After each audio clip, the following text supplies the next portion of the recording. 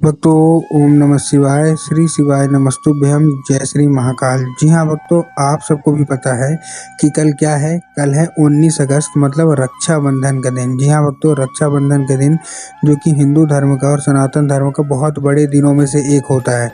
और आपको भी पता होगा कि कल है रक्षाबंधन का दिन, लेकिन कल का रक्षाबंधन का दिन अभी तक का सबसे बड़ा रक्षाबंधन का दिन है। और कल का दिन आपके जीवन का सबसे बड़ा दिन होने वाला है। ऐसा मैं क्यों बोल रहा हूँ, क्योंकि देखिए आप खुद सोचिए, कल क्या है। रक्षाबंधन तो है, ठीक है, लेकिन रक्षाबंधन के साथ क्या क्या है। रक्षाबंधन के साथ कल है सावन का सोमवार। जी हाँ भक्तों, सावन का सोमवार भी है और रक्षाबंधन इकट्ठा है।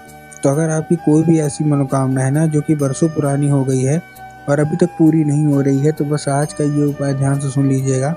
आज जो मैं आपको उपाय बताने वाला हूँ, सारे के सारे उपाय बताऊंगा।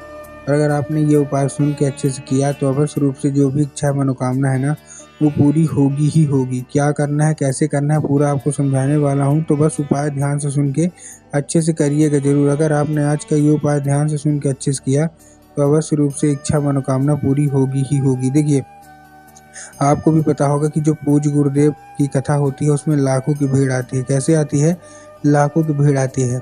और जब गुरुदेव की कथा में लाखों की भीड़ आती है तो वहाँ ज़्यादातर जो भक्त रहते हैं वो क्या करते हैं, पत्र के द्वारा अपनी मनोकामना गुरुदेव तक पहुँचाते हैं। ये भी आपको पता होगा।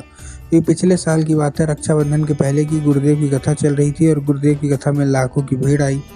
अब जब गुरुदेव की कथा में लाखों की भीड़ आई तो वहाँ ज़्यादातर जो भक्त थे उन्होंने क्या किया, पत्र के द्वारा, किसके द्वारा, पत्र के द्वारा अपनी मनोकामना गुरुदेव तक पहुंचाई।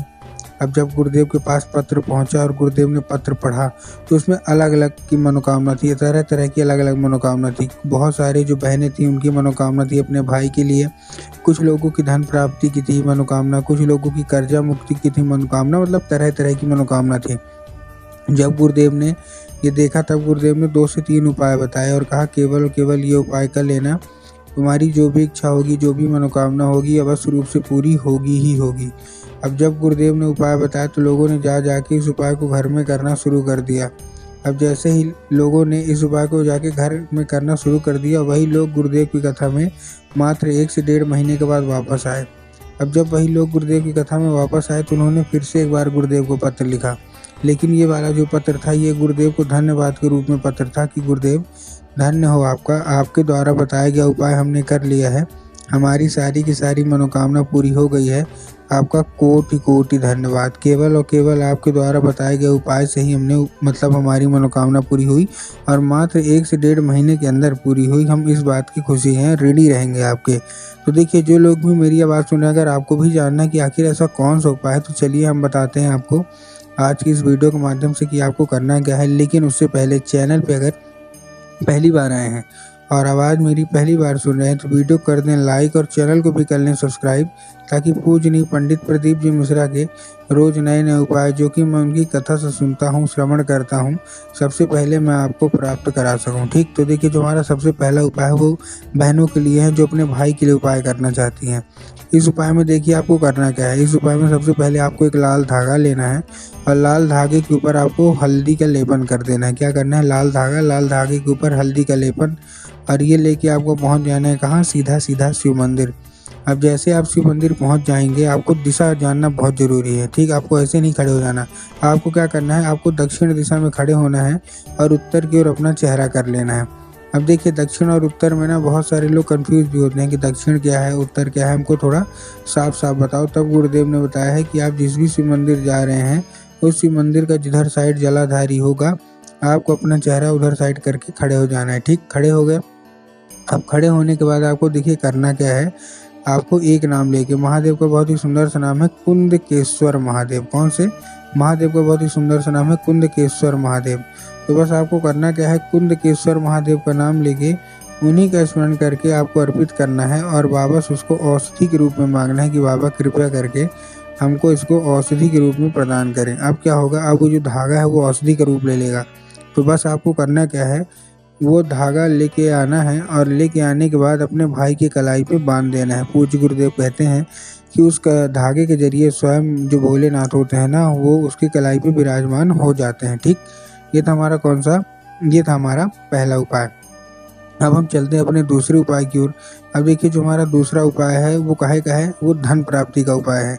अगर आपके जीवन में धन की कमी है और धन प्राप्ति नहीं हो पा रही है तो इस उपाय में आपको धन प्राप्ति का उपाय बताने जा रहा हूँ। इस उपाय में आपको 1 लोटा जल लेना है और 1 लोटे जल के साथ साथ आपको 7 बेलपत्र और 2 से 3 बूंद गंगा जल चाहिए। क्या क्या चाहिए? 1 लोटा जल, 7 बेलपत्र और 2 से 3 बूंद गंगा जल। अब देखिए, जो 1 लोटा जल है, सबसे पहले तो तांबे के लोटे में जल होना चाहिए। पहली चीज़ आपको ये ध्यान रखना है। बहुत सारे लोग स्टील के लोटे में ले लेते हैं, तो आपको वो नहीं करना। और दूसरी चीज़, जो जल है वो आपके घर का होना चाहिए। ये चीज़ भी आपको ध्यान रखना है। बहुत सारे लोग क्या करते हैं ना, घर से मतलब खाली लोटा लेके जाएंगे और मंदिर परिसर से जल भर लेंगे, तो जो कि आपको नहीं करना है। ठीक, तो आपने ले लिया अच्छे तरीके से। लेने के बाद आपको करना क्या है, जैसे आपने ले लिया उसमें 2 से 3 बूंद गंगा जल मिला लीजिए। अब जो बेल पत्र है उसमें भी आपको ध्यान रखना है कि बेल पत्र कहीं से भी कटा फटा या खंडित नहीं होना चाहिए। और जो बेल पत्र है वो एक किस्म तक होना चाहिए। मतलब बहुत सारे लोग एक पत्ती को ही बेल पत्र मान लेते हैं, जो कि गलत है। एक पत्ती का तो कोई बेल पत्र होता ही नहीं है। 3 पत्ती मिलके जो बेल पत्र बनती है वही बेल पत्र आपको लेना है। ठीक, ले लिया आपने। लेने के बाद आपको पहुंच जाना है सीधा सीधा शिव मंदिर। अब आपके दिमाग में आया होगा कि जाएंगे और बाबा भोलेनाथ के ऊपर अर्पित कर देंगे, जो कि पूर्णतः गलत है। आपको बाबा भोलेनाथ के ऊपर अर्पित नहीं करवाना। आपको कहाँ अर्पित करवाना है? आपको अर्पित करना है नंदी के ऊपर। अब देखिए, नंदी के ऊपर कैसे करेंगे। नंदी का एक आगे का पैर होता है जो कि उठा हुआ होता है, तो आपको नंदी के उठे हुए पैर में आपको नंदीश्वर महादेव का नाम लेके चुपचाप अर्पित करना है। अब जैसे ही नंदीश्वर महादेव का नाम लेके अर्पित करेंगे, इस उपाय में एक चीज़ का आपको ध्यान रखना है कि जो बेल पत्र है वो नंदी के पैर में अर्पित नहीं होनी चाहिए। केवल जल अर्पित होगा। और जो बेल पत्र है उसको फिर मतलब जब जल खत्म हो जाए तो बेल पत्र उठा के कहाँ मतलब अर्पित कर देना है? स्वयं जाके बाबा भोलेनाथ की शिवलिंग पे। ठीक, ये था हमारा दूसरा उपाय, जो कि धन प्राप्ति का था। अब चलते हैं अपने तीसरे और आखिरी उपाय की ओर। अब तीसरे और आखिरी उपाय में आपको करना क्या है, ये मैं कर्जा मुक्ति का उपाय बता रहा हूँ। अगर आपके जीवन में कर्जा बहुत ज़्यादा बढ़ गया तो कर्जा मुक्ति का ये उपाय ध्यान से सुनिएगा। इस उपाय में आपको देखिए करना क्या है। इस उपाय में आपको लेना है कच्चा दूध, और कच्चा दूध लेके आपको पहुंच जाना है कहाँ? सीधा सीधा बरगद के पेड़ के नीचे, और कहीं नहीं जाना, बरगद के पेड़ के नीचे जाना है। पहुंच गए बरगद के पेड़ के नीचे। बरगद के पेड़ के नीचे पहुंचने के बाद आपको करना क्या है, जैसे आप बरगद के पेड़ के नीचे पहुंचेंगे आपको 3 बार परिक्रमा करनी है बरगद की पेड़ की। कितनी बार? 3 बार। परिक्रमा मतलब गोल गोल घूमना है। अब परिक्रमा करने के बाद आपको करना क्या है, जैसे आपने परिक्रमा किया, परिक्रमा करने के बाद आपको जितना भी कर्जा होगा आपके जीवन में सारा का सारा बोल देना है। ठीक ना? अब आपको करना क्या है, एक नाम लेके बटकेश्वर महादेव। महादेव का बहुत ही सुंदर सा नाम है, बटकेश्वर महादेव। तो बस आपको करना क्या है, बटकेश्वर महादेव का नाम लेके उन्हीं का स्मरण करके आपको चुपचाप क्या कर देना है, आपको अर्पित कर देना है बस। पूज्य गुरुदेव कहते हैं कि अगर आपने बटकेश्वर महादेव का नाम लेके ये उपाय कर दिया ना, तो अवश्य रूप से मनोकामना है, जो इच्छा है वो पूरी होगी ही होगी। और आपका जितना भी कर्जा है मात्र 1 से 1.5 महीने का मेहमान रह जाएगा। उसके बाद आपका सारा का सारा कर्जा महादेव चुकता करेंगे ही करेंगे। तो उम्मीद करता हूँ आज के उपाय समझ में आ गए होंगे।